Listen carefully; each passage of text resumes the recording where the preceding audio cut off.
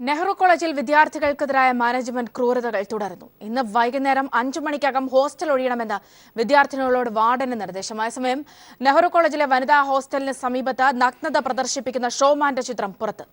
വിദ്യാർത്ഥിനികൾ ഇക്കാര്യം വെളിപ്പെടുത്തിയപ്പോൾ അധികൃതർ ഇത് അവഗണിക്കുകയായിരുന്നു. ദിൽജിത്ത് ചേർന്നുണ്ട് വിവരങ്ങളുമായി. ദിൽജിത്ത്, ഇപ്പോഴത്തെ വാർത്തയുടെ ഏറ്റവും പുതിയ വിവരങ്ങൾ.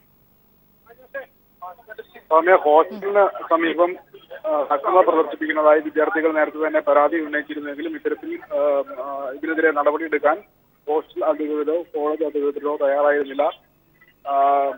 തുടർന്ന് ഏറെ പ്രതിഷേധങ്ങൾ നടത്തിയിരുന്നെങ്കിലും ഇക്കാര്യത്തിൽ ഒരു പരിഹാരം സാധ്യമായിരുന്നില്ല.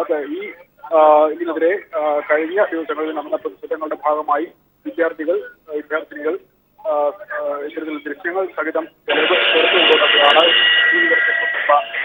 ദിൽജിത്താണ് വിവരങ്ങൾ നൽകിയത്.